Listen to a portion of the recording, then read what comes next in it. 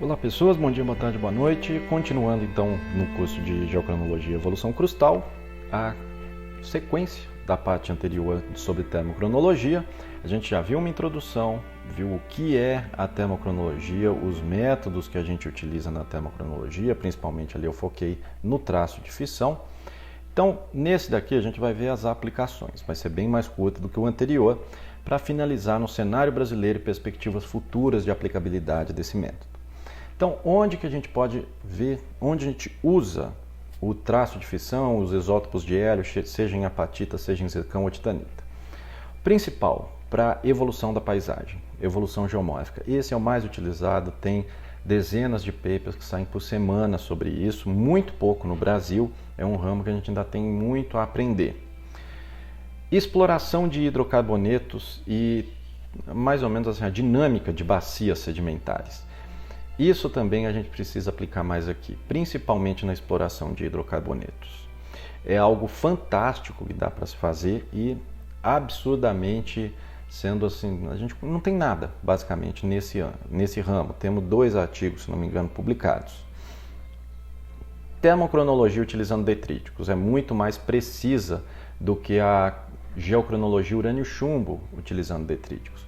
Porque se for ver, quando você vai pegar uma geocronologia urânio-chumbo de cristalização de zircão para detrítico, o que a gente vai ver é quando a rocha-fonte foi cristalizada. Depois disso ela foi denudada, ela erodiu, transportou, foi para a minha bacia. Quando eu pego a parte da termocronologia para detrítico, eu vejo pelo menos quando minha fonte soergueu. Já é algo muito mais próximo. Dá para usar para vulcanologia e tefrocronologia. A tefrocronologia também não é muito boa assim, vulcanologia até que dá para usar, beleza. Exploração mineral, vou colocar um exemplo aqui de como isso pode ser usado, e estruturas de impacto. Como que a gente vê a evolução de paisagens? Lembra aquela parte do tamanho do traço? A gente vai vendo assim, olha, durante tanto tempo, esse período aqui, essa regiãozinha aqui, ficou a 3 km de profundidade, depois ficou a 2, depois ficou a 1. Então a taxa de exumação dessa parte aqui seja de 1 km a cada 100 milhões de anos, algo nesse sentido. Por outro lado, logo ali, a taxa está sendo de 5 km a cada 100 milhões de anos. Isso quer dizer que ali a denudação foi 5 vezes mais rápida do que aqui. Algum evento tectônico mostrou essa rotação, tem que ter feito essa rotação. Isso é interessantíssimo, é algo que a gente precisa fazer ainda em peso. Eu vou mostrar no próximo vídeo como está a América do Sul, principalmente o Brasil. Não vou falar muito dos Andes, não. Vou falar sobre o território brasileiro e dá para ter uma noção do quão carente a gente ainda está nisso. Sobre taxa de denudação, tem alguns trabalhos aqui já, mas a maioria é feita tanto nos Andes, tem um pouco, mas a maioria ainda é feita nos Himalaias e nos Alpes, principalmente nos Alpes. Nos Himalaias faz muita coisa, é o cenário ideal, mas nos Alpes a gente tem uma série de universidades em volta que já desenvolveram o método e estão aplicando ali. Então em settings compressivos é bem bacana, no setting distensivo, dá para a gente ver uma taxa de denudação legal. Lembrando que quando você tem seja compressão, seja distensão, a gente não pega o momento exato. Você tem o uplift, seja por uma falha normal que deixou algo exposto, seja por uma falha reversa que jogou algo para cima do outro, gerando um uplift da parte que foi empurrada. A gente só vai começar a contar quando eu tiver a erosão desse ponto. A partir do momento que eu fiz o uplift aqui, beleza, essa parte aqui já está formando traço de 16 micrômetros. Mas se essa aqui é a isoterma de 100, eu vou precisar esperar ter a erosão dessa parte para eu começar a gerar aqui os meus traços de fissão. Então não é o momento da falha, é o momento onde eu tive a denudação. E aí, algo muito comum da forma de distribuição dos dados, esse é aquele gráfico que eu mostrei. Repara como a idade central aqui, eles nem colocaram idade central, está só a idade média sendo destacada como a idade do traço de fissão. Outra coisa que tem que ter é o meu histograma de quantos traços que eu tenho com cada tamanho, e aí eu consigo fazer o modelo. Esse modelo ficou bem bacana, isso aqui é na região do platô tibetano, aqui estão os Himalaias, e o que eles queriam ver é como foi a taxa de denudação nesse platô aqui. A partir do momento que a Índia veio aqui e bateu fazendo toda essa cadeia himalaiana, isso chegou a afetar a região do platô. Então fizeram diversos pontos aqui de traço de fissão e fizeram toda a modelagem. Como que eles distribuíram os dados, como eles mostraram os dados. Aqui, primeiro, eles fizeram sobre traço de fissão e acharam que essa regiãozinha aqui, que está mais próxima do Himalaia, tem idades muito novas, cerca de 5, 10 milhões de anos.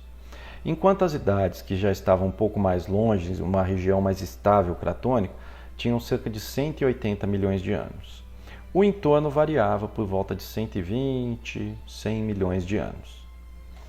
Outro dado que eles pegaram e fizeram um mapa de calor foi sobre o tamanho do traço de fissão.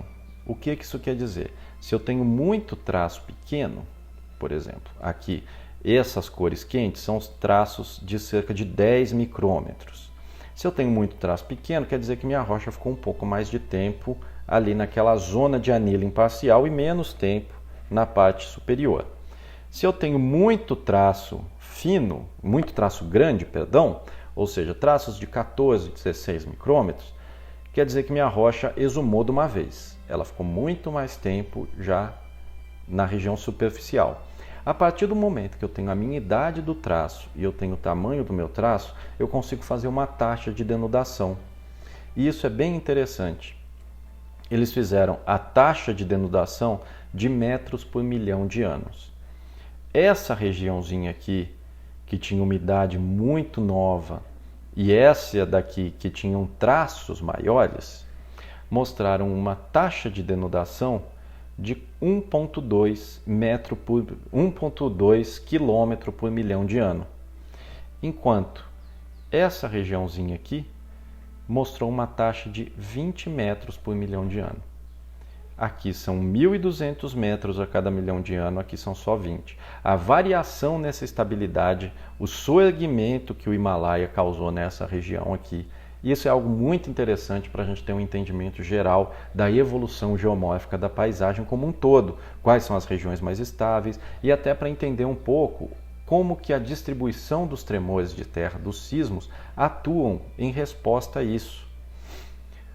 Uma outra parte, como eu já citei, a exploração de hidrocarbonetos, a dinâmica de bacia de hidrocarbonetos, é crucial para se ter uma noção, saber quanto tempo o petróleo ficou a mais de 100 graus. Esse é um método muito barato, para a gente fazer 40 análises de traço de fissão, sai cerca de, agora com o dólar e euro variando bastante, mas varia ali por volta de uns 4 a 8 mil reais de acordo com a cotação, porque a gente realmente é difícil fazer isso aqui no Brasil. Não é caro quando a gente vai comparar que uma amostra no Xirimpe sai cerca de 6 mil reais, aqui eu estou falando de 40 amostras por esse preço, então fica bem mais em conta e não tem nem comparação com o furo de sonda. Então, para se ter uma noção geral de uma bacia de hidrocarboneto, isso é bem bacana. Proveniência sedimentar, como eu comentei anteriormente, a gente consegue uma idade muito mais próxima da real, porque eu não estou vendo a idade de cristalização da minha fonte, eu estou vendo a idade de denudação da minha fonte. Aqui, para se ter uma ideia, foram idades de traço de fissão quando comparadas com idades de cristalização. A idade de traço de fissão rejuvenesceu a rocha muito, rejuvenesceu a rocha em quase 1 gigaano, a rocha da sua bacia, e trouxe uma idade muito mais próxima da realidade. Estruturas de impacto, os tectitos, a gente tem tectito distribuído no mundo inteiro. Lógico que onde você tem mais gente estudando, você acaba encontrando mais.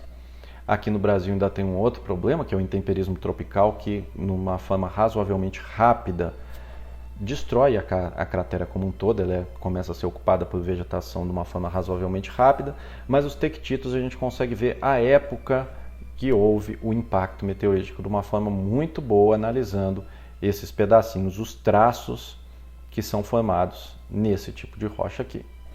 Em termos de arqueologia, como eu já havia comentado, é razoavelmente comum, alguns trabalhos utilizam obsidiana, o traço de fissão na obsidiana, não é muito adequado, É preferível fazer carbono 14 se der, porque, como eu falei, o vidro vulcânico é algo amorfo que a composição varia.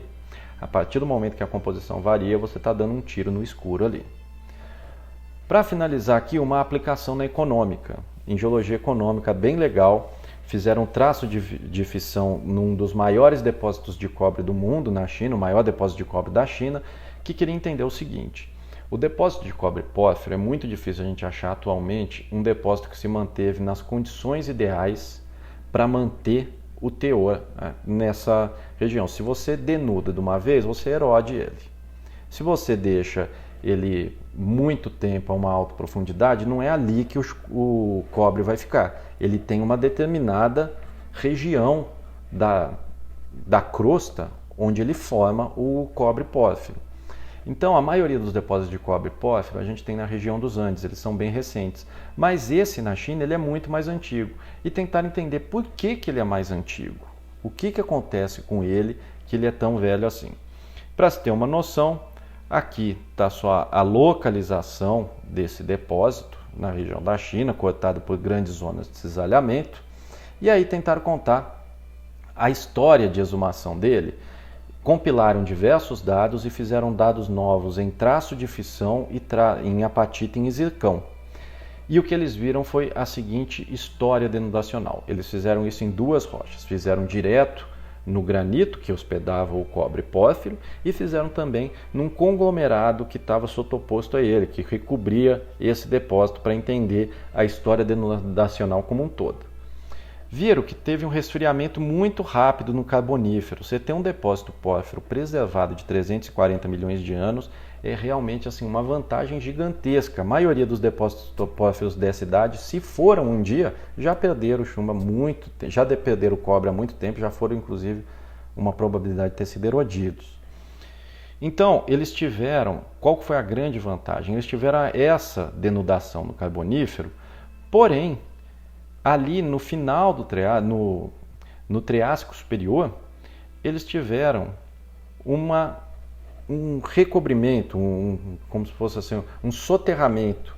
A partir do momento quando ele estava saindo, chegando em condições para mandar todo o cobre embora, teve um soterramento, que foi exatamente quando esse conglomerado veio em cima e aumentou a temperatura de novo e deixou ele ficar ali. Falou, calma aí, segura a onda, mantém esse cobre para mim aqui. Depois, teve um resfriamento muito mais lento.